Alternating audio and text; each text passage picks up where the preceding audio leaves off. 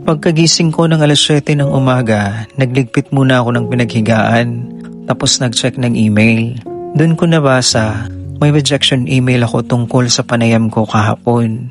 Masakit, pero nag-send pa rin ako ng 15 aplikasyon. Rejection man ang bumungad sa umaga ko, aplikasyon pa rin ang isinagot ko. Walang panayam ngayong araw, pero may malinaw na aral. Hindi lahat ng pinaghandaan mo ay para sa'yo. Minsan, karanasan lang siya para mas tumibay ka sa susunod. May kurot, may sandaling natahimik ako, pero hindi pwedeng magtagal sa lungkot.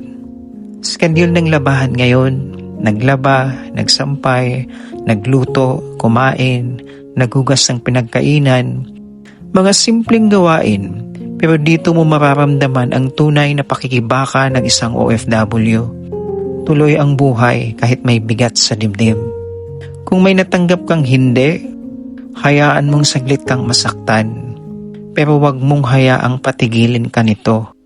Apply ulit, antay ulit, bangon ulit. Ako si Will na nagsasabing, kung may rejection ngayon, may panibagong pag-asa. Kung may paghihintay ngayon, may darating ding tamang sagot.